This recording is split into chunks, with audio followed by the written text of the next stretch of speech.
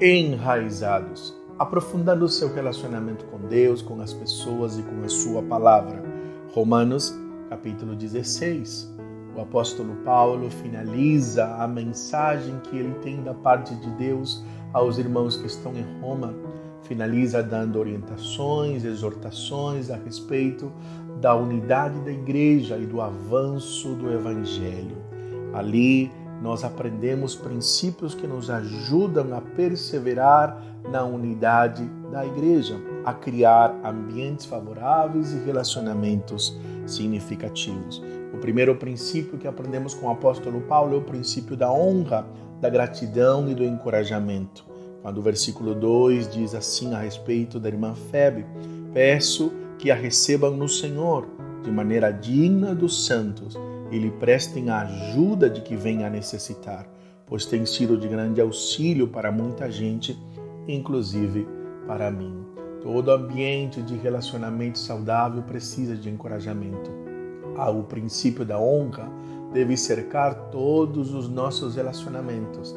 Quando nós exercemos a valorização, nós fortalecemos as pessoas, encorajamos as pessoas e criamos também uma cultura de gratidão. O segundo princípio nós aprendemos também é a respeito do investimento. Toda igreja saudável requer a intencionalidade para trabalhar por isso. Isto nós chamamos de investir em relacionamentos significativos. O apóstolo Paulo, no versículo 3, 4 e 5, falando de Priscila e Áquila, ele diz que eles arriscaram a vida por causa do evangelho e também pelo apóstolo Paulo, a qual ele é muito grato. Além disso, o versículo 5 diz que Priscila e Áquila têm uma igreja na casa deles. Quando ele menciona saúdem também a igreja que se reúne na casa deles. O reino de Deus avança quando pessoas investem na obra do Senhor. Investem o seu tempo, os seus dons, seus talentos e inclusive o seu próprio lar e a sua própria família. Quantas igrejas nasceram nas casas de pessoas. Glória a Deus por pessoas como elas. Assim também, a igreja, para crescer, ela precisa também de ter o cuidado e a sabedoria e o entendimento.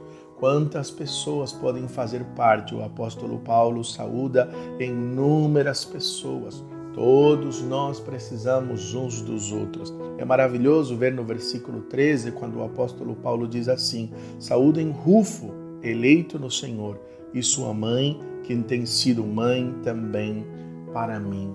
Que coisa extraordinária quando na igreja percebemos ambientes favoráveis de encorajamento, relacionamentos significativos. É na igreja de Jesus que somos consolados, fortalecidos e cuidados. Estas são as características de uma igreja que cresce, quando ela constrói ambientes favoráveis à edificação. Além disso, o apóstolo Paulo também recomenda algumas atitudes que nós devemos evitar, como no versículo 17, quando diz: recomendo-lhes, irmãos, que tomem cuidado com aqueles que causam divisões e colocam obstáculos ao ensino que vocês têm recebido. Afastem-se deles. O apóstolo Paulo vai dizer que nós devemos afastar-nos de quem nos afasta de Cristo. A palavra de Deus nos orienta para ter sabedoria a respeito de relacionamentos tóxicos também. Uma destas marcas é a bajulação, que tenta enganar o coração das pessoas.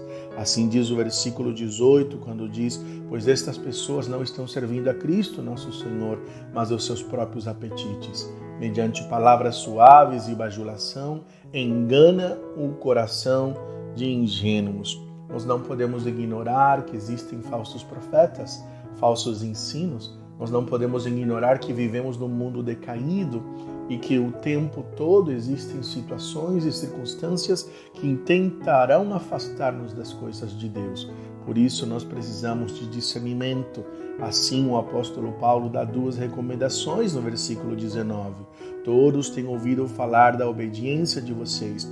Por isso estou muito alegre, mas quero que sejam sábios em relação ao que é bom e sem malícia em relação ao que é mau.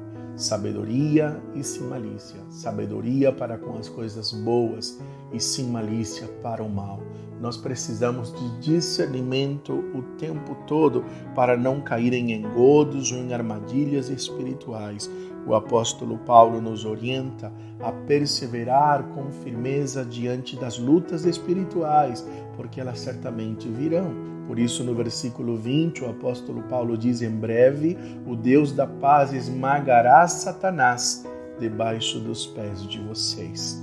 Precisamos perseverar diante das batalhas espirituais. Elas são reais, mas o Senhor já nos garantiu a vitória. Finalmente, o apóstolo Paulo conclui a sua carta, dizendo no versículo 25, ora, aquele que tem o poder para confirmá-los pelo meu evangelho e pela proclamação de Jesus Cristo, de acordo com a revelação do mistério oculto nos tempos passados, mas agora revelado e dado a conhecer pelas escrituras proféticas por ordem do Deus eterno, para que todas as nações venham a crer nele e a obedecer-lhe. Sim, ao único Deus sábio seja dada a glória para todos sempre, por meio de Jesus Cristo. Amém. O apóstolo Paulo nos ensina que nós mantemos relacionamentos saudáveis quando a nossa intenção sempre é de glorificar a Deus e quando nos pautamos pelas Escrituras. Que assim o Senhor nos abençoe e nos guarde. Podemos orar. Amado Senhor, nós louvamos o Teu nome pelos ensinos durante todo esse tempo, ó Deus, na carta de Romanos. Ensina-nos a viver com profundidade com o Senhor, com as pessoas e com a Tua palavra. Ensina-nos a perseverar, a fugir daquilo que não é do Senhor e a correr e a investir naquilo que pertence a Ti. É o que nós oramos em nome de Jesus. Amém.